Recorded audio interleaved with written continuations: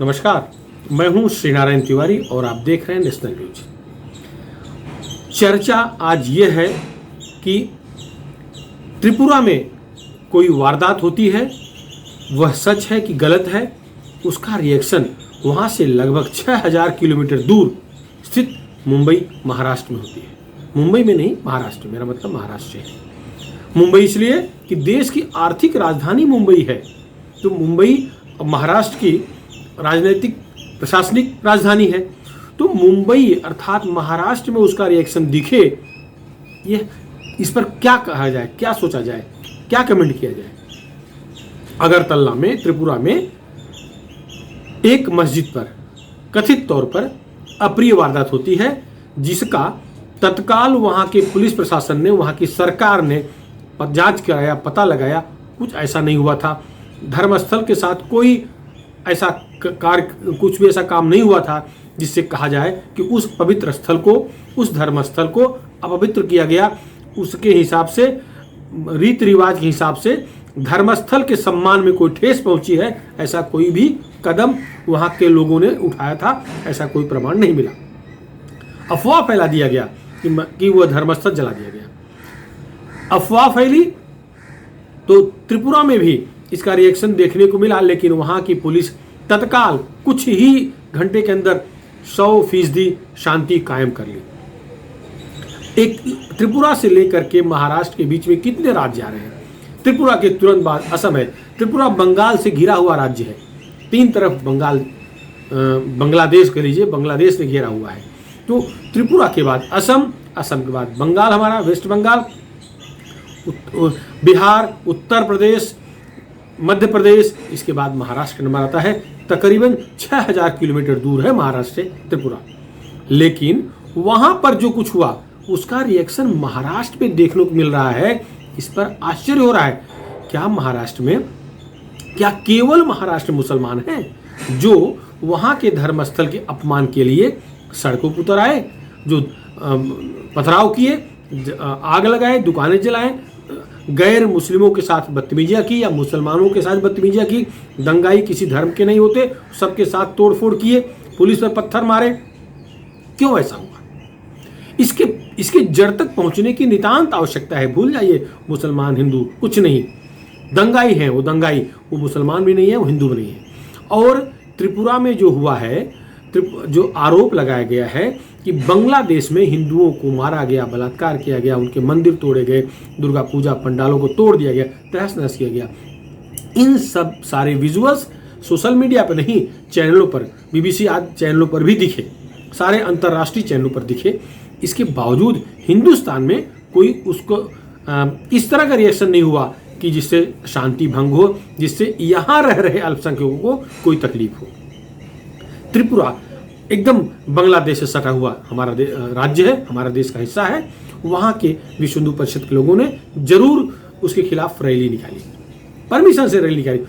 Rally पर पथराव हुआ, उसमें रिएक्शन हुआ होगा, लेकिन किसी भी धर्म के धर्मस्थल पर कुछ भी अप्रिय नहीं हुआ। यह बात तुरंत प्रमाणित हो गई।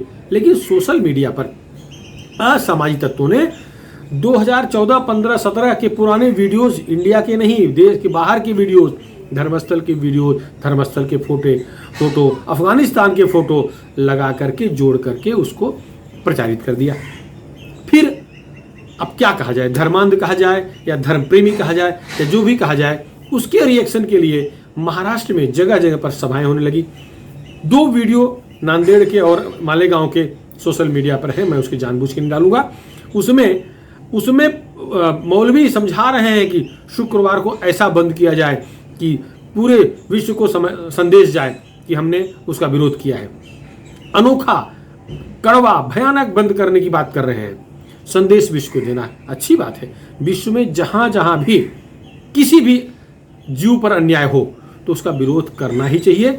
यदि स्वधर्मी पर अन्याय हो रहा है उसका विरोध करना चाहिए, लेकिन उसके लिए जो अपने धर्म से प्रेम करने वाले लोग हैं वो वहां चले जाए ना, असम में जाके विरोध करो। अच्छा, ये ठीक है, तो भारत के अंदर का मामला है, जिसके विरोध करने के लिए महाराष्ट्र में मालेगांव, अमरावती, नांदेड़ और वाशिम में तोड़फोड़ हुआ। शुक्रवार को तहस नहस दुकानें जला दी गई, पुलिस वाले घायल हो गए, पथराव हुआ। बंद की अपील रजा अकादमी ने किया था। रजा अकादमी वही रजा अकादमी जो 2011-12 में अमर जवान ज्योति जो आज़ाद मैदान में है उसको तोड़ा था, लात मारा था, विध्वंस किया था। वहीं पर एक महिला सब इंस्पेक्टर, नौजवान नई भर्ती महिला सब इंस्पेक्टर साथ सामूहिक कुकृत्य किया था इन नराधमों ने। उस समय भी मोर्चा निकाला गया था। यही रजा अकादमी मोर्चा निकाली थी। रजा अकादमी के सदस्यों ने कुकृत्य किया कि कौन किया ये मैं कुछ नहीं कहूँगा, इस पर बोलने का कोई औचित्य नहीं है। कहे थे कि 1000, 1200, 1500 लोग आएंगे। इस बहाने परमिशन लिए थे सरकार से। आज़ाद मैदान में 40,000 से अधिक की भीड़ आ गई। अब सोचिए कि ये मोर्चा क्यों निकला था उस समय, 2011-12 की बात कर रहा हूं। उस समय म्यांमार के शांति दूतों ने वहां के बौद्ध बहुल राज्य है म्यांमार, बौद्धों के साथ दुराचार किया, उनकी युवतियों से बलात्कार किया, मर्डर किया, हत्याएं की। इससे नाराज होकर के वहां के बहुसंख्यकों ने अर्थात बौद्ध धर्म अनुयायियों ने इनको मार मार के भगा दिया। आरोप है कि वहां म्यांमार में इनकी जमीन पर कब्जा कर लिया बौद्धों ने। इनको मार कर क्यों किया उस पर नहीं जाएंगे। सर्वाधिक दुराचार कौन करता है यदि रिसर्च किया जाए, भारत की बात छोड़िए, पूरे विश्व में किस संप्रदाय के लोग सर्वाधिक दुराचार में विश्वास रखते हैं, सर्वाधिक दुराचार करते हैं, कौन है, इस पर रिसर्च किया जाए तो आपको पता लग जाएगा कौन है। मैं कुछ बोलूं आवश्यकता नहीं है। म्यांमार में जो म्यांमार के लोगों ने बौद्ध धर्म अनुयायियों के साथ किया था दुराचार, उस पर कोई चर्चा नहीं कर रहे हैं। उसके विरोध में कि म्यांमार के लोगों मुसलमानों को वहां से भगाया गया, मार के जंगल, पहाड़, समुद्र के रास्ते भारत में आए, तो उसके लिए 12 में रजा अकादमी ने मोर्चा निकाला। रजा अकादमी ये शैक्षणिक क्षेत्र में काम करने के लिए गठित किया गया संगठन है ना, तो मोर्चा उनके लिए क्यों निकाल रहे हैं ये समझ में नहीं आया। उनके लोगों को पढ़ाई लिखाई कराने के लिए कुछ करते, वहां जाके मदद करते तो समझ में आती बात, लेकिन मोर्चा निकाले। अब बात यह है कि म्यांमार में अगर अत्याचार हुआ है तो यहाँ रजा अकादमी के सारे लोगों को म्यांमार चला जाना चाहिए, जा करके वहां की सरकार को तहस नहस कर देना चाहिए। जाओ, खुले को किसने रोका है? अत्याचार म्यांमार के लोगों ने किया, म्यांमार की जनता ने किया, म्यांमार की सेना ने किया। म्यांमार की सरकार अपने लोगों को संरक्षण नहीं दे पाई तो विरोध करने वहां जाना चाहिए ना। लेकिन आज़ाद मैदान में 2011-12 मोर्चा निकाले और 40 से 50 हजार की भीड़ आई। कहा गया कि ये सब वर्मा के लोग हैं। इसका मतलब 40-50 हजार लोग वर्मा के लोग, म्यांमार के मुसलमान महाराष्ट्र में हैं। खैर, उसके बाद तत्कालीन सरकार लिपापोती करने लगी, लेकिन FIR हुआ और चूंकि एक महिला सब इंस्पेक्टर के साथ जिस तरह से बदतमीजी हुई थी उसको लेकर के पूरा माहौल गर्म हो गया। भारतीय जनता पार्टी, शिवसेना ये सब साथ थे, केवल निषेध किए, लेकिन राज ठाकरे की महाराष्ट्र नवनिर्माण सेना ने उससे मर्दानगी वाला काम किया। आज़ाद मैदान उस समय मंत्रालय तक, चौपाटी से मंत्रालय तक विरोध मोर्चा निकाला, जबकि उस समय राज ठाकरे की पार्टी बहुरंगी पार्टी थी। उनके झंडे में सारे रंग हुआ करते थे, मुसलमानों को भी साथ लेके चलने की बात करते थे, तब वो कट्टर हिंदूवादी नहीं बने थे। लेकिन फिर भी महिला के साथ बदतमीजी हुई, अमर जवान ज्योति के साथ दुर्व्यवहार हुआ, अपमान हुआ, इसको लेकर कानून को धता बताते हुए मोर्चा निकाला और खूब वाहवाही लूटा। नो डाउट वो एक सराहनीय कदम था, क्योंकि रजा अकादमी को मोर्चा निकालने के लिए परमिशन क्यों दिया गया, ये सवाल पूछा जाना चाहिए। क्योंकि म्यांमार की घटना है, उसका भारत से क्या लेना देना, उसका महाराष्ट्र से क्या लेना देना। लेकिन नहीं, रजा अकादमी के नेतृत्व में ऐसे कुछ बड़े पैमाने पर लोग हैं जो इस तरह की घटनाओं को अंजाम देना चाहते हैं। ये अब सिद्ध हो गया। इसके बाद रजा अकादमी पर बैन लगाने की बात चली, लेकिन उस समय कांग्रेस और राष्ट्रवादी कांग्रेस पार्टी की सरकार थी। राष्ट्रवादी कांग्रेस पार्टी के बारे में कहा जाता है कि किसी भी हालत में मुसलमान नाराज हो ऐसा कदम नहीं उठाते, इसीलिए तो रजा अकादमी को परमिशन दिया गया था। नहीं तो वरना म्यांमार से महाराष्ट्र क्या लेना देना था। महाराष्ट्र में उसके मोर्चा जुलूस के लिए, प्रदर्शन करने के लिए, मोर्चा निकालने के लिए परमिशन देने की आवश्यकता ही नहीं थी, लेकिन उस समय दिया गया। खैर, तत्कालीन गृह मंत्री RR पाटिल ने उस समय माना था कि बहुत बड़ी भूल हुई। इससे पूरे महाराष्ट्र की जनता नाराज हो गई, जिसका दुष्परिणाम 2014-15 में चुनाव हुआ तो सरकार चली गई, खत्म हो गया। अगला जब विधानसभा चुनाव हुआ तो वो सरकार चली गई, कांग्रेस राष्ट्रवादी समाप्त हो गई। आज कांग्रेस राष्ट्रवादी शिवसेना के छत्र छाया में सरकार चला रही, तो ये याचना में सरकार मिली है, जनता ने सरकार नहीं दिया है। शिवसेना को यदि भारतीय जनता पार्टी वाले सही माने में समझा पाते, साथ रख पाते, सही सम्मान दे पाते, वो कैसे देना ये भाजपा वाले जाने, शिवसेना वाले जाने। तो इस जनादेश तो भारतीय जनता पार्टी और शिवसेना गठबंधन को मिला था, जो कि चुनाव पूर्व गठबंधन बना के चुनाव लड़ रहे थे। ये तो अलग अलग लड़े थे। खैर, मौके का फायदा उठाने में शरद पवार जी माहिर हैं। इनका पूरा इतिहास रहा है, तोड़ फोड़, घोपना पीठ में, पॉलिटिकल व्यक्ति के पॉलिटिकल संगठन के पीठ में खंजर घोपना, ये पुराना इतिहास है। इस पर कोई चर्चा करने की आज मुद्दा नहीं है। लेकिन आज मुद्दा जरूर है कि रजा अकादमी को उस समय बैन लगा दिया गया। 5 साल शिवसेना बीजेपी की सरकार रही जब देवेंद्र फडणवीस के नेतृत्व में, तब रजा अकादमी ने कोई कुछ काम क्यों नहीं किया, कोई आंदोलन क्यों नहीं किया? क्या इनको नहीं पता है कि चाइना के मुसलमानों के साथ क्या हो रहा है? उइगर प्रांत में क्या हो रहा है? मुसलमानों के साथ वो अत्याचार हो रहा है कि वो नमाज भी नहीं पढ़ पाते, उनकी औरतें बुर्का नहीं लगा सकती, वो टोपी नहीं पहन पाते। तो रजा अकादमी को जाकर के चीन में, भारत में नहीं, महाराष्ट्र में नहीं, चीन में जाओ, वहां मोर्चा निकालो। चीन में जाओ, धर्म के लिए, अगर इतनी धर्म के लिए शहादत की इतनी इच्छा है तो जाओ ना, वहां करो। चीन में कुछ करने की किसने मना किया है? अपनी धरती पर, जहां तुम खाते हो, रहते हो, सोते हो, सब कुछ करते हो, सारी स्वतंत्रता है। जो स्वतंत्रता पाकिस्तान में नहीं है, वो स्वतंत्रता हमारे देश में रह रहे मुसलमानों को है। उन्हें पूरी छूट है अपने धर्म के, अपने संस्कृति के, अपने संस्कार की रक्षा की पूरी छूट है, और उसका फायदा उठा रहे हैं, कर रहे हैं, आज़ाद हैं, हमारे देश के वही नागरिक हैं। लेकिन म्यांमार की घटना का मुंबई में प्रदर्शन हो, महाराष्ट्र में प्रदर्शन हो, अब जो उड़ीसा में हो रहा है हो, या जो कलकत्ता में हो, या जो तमिलनाडु में हो, कोई घटना हुई, घटना की नहीं हुई, इसका पता लगाए बिना उसका विरोध करना, जुलूस निकालना, ये कहाँ का न्याय है? क्यों? अभी त्रिपुरा की वारदात होने के तुरंत बाद ही स्पष्टीकरण आया था। सरकार, प्रशासन, आईबी, क्राइम, सारी रिपोर्ट आई थी कि वहाँ धर्मस्थल पर कोई भी ऐसा काम नहीं हुआ जिसे अपमानित कहा जाए, जिससे कि धर्मस्थल की प्रतिष्ठा कलंकित हुई हो, क्षति पहुंची हो, ऐसा कोई काम नहीं हुआ है। ये खंडन हो चुका था। इसके बाद शुक्रवार के दिन रजा अकादमी को नांदेड़ में, अमरावती में, वाशिम में, मालेगांव में मोर्चा निकालने की, जुलूस निकालने की, रैली निकालने की परमिशन क्यों दी गई? मौजूदा गृह मंत्री हतप्रभ दिखे। मौजूदा गृह मंत्री को भी खराब लग रहा है, दिलीप वलसी पाटिल को खराब लग रहा है, वो भी संतुष्ट नहीं है, क्योंकि उनका कहना है कि उन्होंने परमिशन दिया था केवल ज्ञापन देने के लिए। 10-20 लोग जाएंगे, प्रशासन ज्ञापन देंगे, ज्ञापन की प्रति संबंधित सरकार तक पहुंचाई जाएगी, यही परमिशन था। लेकिन हुआ क्या? शुक्रवार को देखे किस तरह से झुंड में निकले लोग, किस तरह से दुकानें जलाए, तोड़फोड़ किए। गैर लोगों की दुकानें, जो गैर मुस्लिम थे, उनकी दुकानों को जला दिया गया, तोड़फोड़ किया गया। क्या परमिशन दिए थे? ये दुस्साहस 5 साल जब शिवसेना बीजेपी की सरकार थी महाराष्ट्र में, क्यों नहीं दिखाए? रजा अकादमी ने क्यों नहीं कोई मोर्चा निकाला? क्या विश्व में कहीं और ऐसा अत्याचार नहीं हो रहा है? ऐसा धर्मस्थल का अपमान नहीं हो रहा है? अफगानिस्तान में क्या हो रहा है? अफगानिस्तान में तो तोप से उड़ाए जा रहे हैं। कौन वहाँ किसको मार रहा है? सब स्वधर्मी ही तो हैं। वहाँ कौन सा दूसरे धर्म का आदमी है? कौन सा काफिर वहाँ है? लड़ मर रहे हैं, तो वहाँ जाकर के उनके बारे में क्यों नहीं सोचते? भारत की पवित्र धरती को क्यों क्षतिग्रस्त कर रहे हो? भारत की सौहार्दता क्यों बिगाड़ रहे हो? सारे मुसलमान इस पक्ष में कदापि नहीं है। सारे मुसलमान शांतिप्रिय हैं। कुछ गिन चुन के 5% लोग होंगे जो इस तरह से विध्वंसक गतिविधियों में शामिल पाए जाते हैं। रजा अकादमी को परमिशन देने की भूल क्यों की गई? क्या ये भूल गए?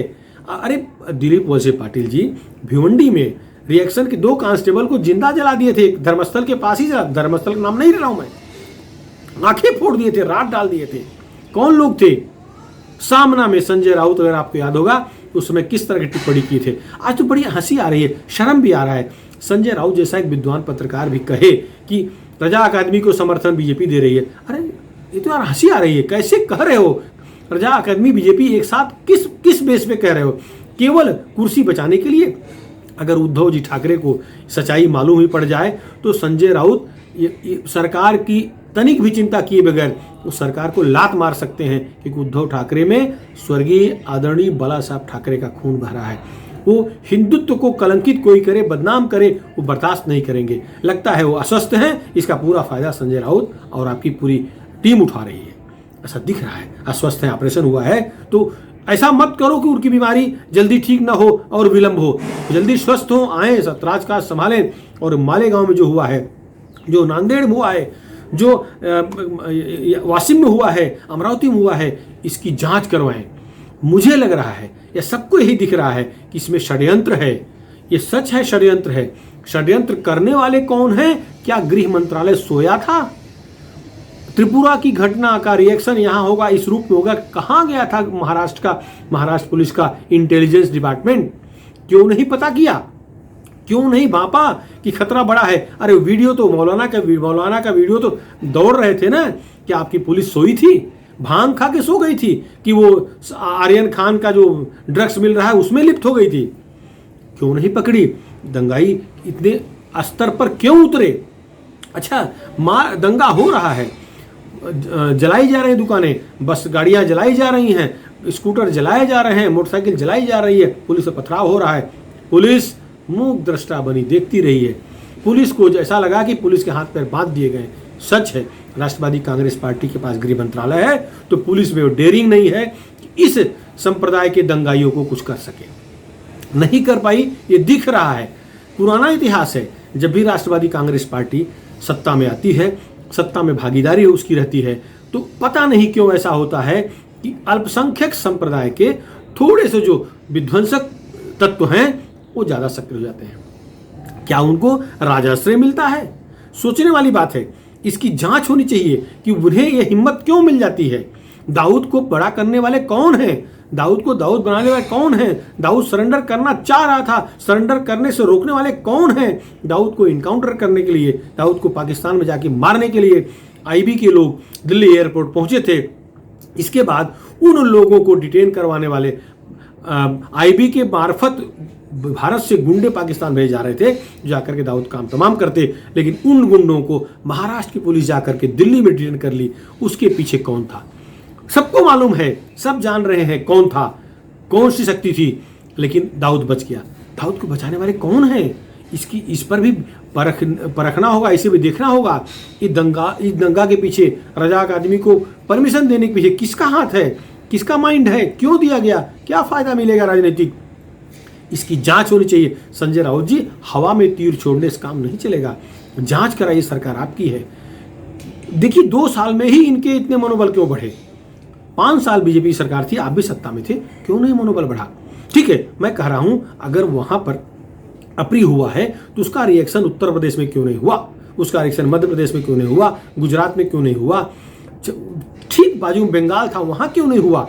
उसके पास बिहार में क्यों नहीं हुआ? महाराष्ट्र में क्यों हो रहा है? इसका मतलब महाराष्ट्र में उनके पोषक वातावरण तैयार करने वाली सरकार है। उनको पोषक वातावरण मिले, खाद पानी मिले उन तत्वों को जो दंगा भड़काते हैं, जो अत्याचार करते हैं, जो पथराव करते हैं, उनको पोषक वातावरण मिले, ऐसी सरकार है। इस तरह के आरोप लग रहे हैं, लगेंगे भी, क्योंकि हुआ ना, यहां घायल हुए ने पुलिस वाले।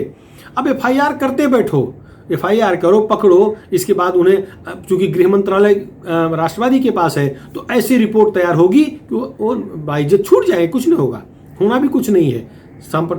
ये तो इसके बाद जो रिएक्शन अमरावती में हुआ, वहां पुलिस जरूर सक्रिय दिखी, पुलिस जरूर पहलवान बन गई, पुलिस जरूर एकदम वीर रूप में आ गई, रौद्र रूप में आ गई, लाठीचार्ज कर रही है, फायर कर रही है, पीट रही है, आंसू गैस गोले फोड़ रही है। शुक्रवार क्यों नहीं फोड़ी पुलिस? ये हमारी बहादुर पुलिस शुक्रवार को कहाँ सो गई थी? जब दंगा हुआ तब कहाँ सो गई थी पुलिस? जब मार खा रही थी पुलिस तब कहाँ उनके हाथ पैर थे? तब कहाँ उनके अंगुली के ट्रैगर दबाने का साहस खत्म हो गया था? लेकिन आंसू गैस क्यों नहीं छोड़े गए? अमरावती में तो रिएक्शन था, जिस तरह पहले दिन शुक्रवार को तोड़फोड़ हुआ उसका रिएक्शन था। सही है, नहीं होना चाहिए कुछ भी, किसी भी संप्रदाय की तरफ से दंगाई वातावरण नहीं तैयार करना चाहिए। लेकिन हुआ क्यों, शुरुआत क्यों हुई? इसमें नाकामी गृह मंत्रालय की है, इसमें फेल्योर गृह मंत्रालय का है, गृह मंत्री का फेल्योर है। मैं महाराष्ट्र के गृह मंत्री को फेल कर रहा हूं, मैं भारत के गृह मंत्री को फेल कर रहा हूं। क्यों नहीं भारत सरकार ने अपने स्तर पर महाराष्ट्र सरकार को इनपुट दिया कि ऐसा हो सकता है? अगर ये रजाक आदमी इतनी ही शेर और धर्म के लिए जान देने वाली है, धर्म के लिए आंदोलन करने वाली है, तो जाए उत्तर प्रदेश में करे, जाए बिहार में करे।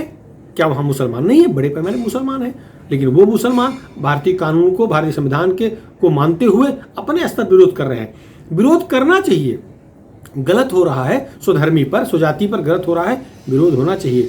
लेकिन जहां हो रहा है वहां जाग करो ना, उसका दुष्परिणाम, तुम्हारे आंदोलन का, जुलूस का, मोर्चा का दुष्परिणाम मुंबई, महाराष्ट्र या भारत की या अन्य प्रांतों की जनता क्यों भुगते? तुम्हें अधिकार है मोर्चा निकालने का, तो दूसरों को अधिकार है कि आराम से वो अपनी दुकान चलाए, अपना घर द्वार देखे जाए। आज अमरावती में कर्फ्यू लग गया ना, दोष किसका है? शुक्रवार का दोष है, शुक्रवार को जो जुलूस निकाला उसका दोष है, शनिवार को जो रिएक्शन आया उसका दोष है। अगर शुक्रवार को इस तरह से कुछ ना किया गया होता तो शनिवार को इस तरह ना होता। मैं शनिवार को हुई कार्रवाई का समर्थन नहीं कर रहा हूँ, दोनों उतने दोषी हैं। जिस तरह से गलती शुक्रवार को हुई है उसी तरह गलती शनिवार को हुई है। दोनों दलों को पकड़ करके समान न्याय देने का प्रबंध किया जाना चाहिए, लेकिन नहीं, एक तरफा। पुलिस की लाठी तो शनिवार को भजती दिखी, शुक्रवार को नहीं दिखी, कहीं कोई वीडियो नहीं आया। आपके पास हो तो भेजिए। तो इस तरह से जो पोषक वातावरण महाराष्ट्र में तैयार किया गया है, जो महाराष्ट्र सरकार ने इस तरह के लोगों के लिए जो पोषक वातावरण बना रही है, उसी का दुष्परिणाम है। वरना नासूर बनने से पहले ही पाका फोड़ा को ऑपरेट कर देना चाहिए। नासूर बन गया तो लाइलाज है, नासूर बनने की प्रक्रिया शुरू है। इस पर उद्धव ठाकरे जी को स्वयं आगे आना चाहिए। अमरावती में जो शनिवार को रिएक्शन दिखा था उसमें शिवसेना वाले बढ़ चढ़ के हिस्सा लिए हैं। उद्धव ठाकरे जी, आम शिवसैनिक बहुत प्रसन्न नहीं है, आम शिवसैनिक दुखी है। जिस तरह से वाशिम का शिवसैनिक हो, यवतमाल का हो, मालेगांव को हो, अमरावती का हो, इवन औरंगाबाद का जो शिवसैनिक है वो दुखी है, प्रसन्न नहीं है। अगर आपके पास अगर पुलिस विभाग होता तो निश्चित है आपको पता लगता कि वो किस तरह के रिएक्शन देना चाह रहा है। खैर, वो मुद्दा अलग है। हाँ, ये आवश्यकता है कि आज कोई भी दंगा भड़के ऐसा काम नहीं करना चाहिए, किसी को नहीं करना चाहिए। पुलिस लाचार है, पुलिस निर्बल है, पुलिस दुर्बल है, ये सच है। दुर्बल नहीं है पुलिस, दुर्बल की गई है पुलिस, लाचार की गई है पुलिस। लाचार करने वाले को जनता पहचान रही है, जनता सबक सिखाएगी। मुझे तो लग रहा है स्थानीय निकायों को, चुनाव को देखते हुए ये पोलराइजेशन करने कोई षड्यंत्र काम कर रहा है। देख लीजिए उद्धव जी, आप ज़्यादा होशियार हैं, समझदार हैं, विद्वान हैं, इस पर गौर करिए। फिलहाल इस मुद्दे पर इतना ही।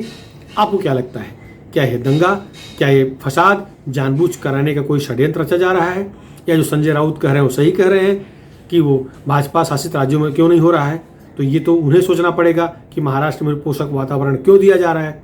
जो भी आपकी राय हो, आप अपनी राय हमारे चैनल के, नेशनल न्यूज चैनल के कमेंट बॉक्स में जरूर लिखें और हम आपकी राय का स्वागत करते हैं। फिलहाल इस मुद्दे पर इतना ही। आपको हमारा वीडियो कैसा लगा इसे ज़रूर शेयर करें, और हाँ, यदि अभी तक आप हमारे चैनल को सब्सक्राइब न किए हों तो कृपया तुरंत सब्सक्राइब कर लें, जिससे कि जो भी राष्ट्रवाद से जुड़े मुद्दे पर वीडियो बनाएं और पोस्ट करें वो आपको तत्काल मिल जाए। धन्यवाद।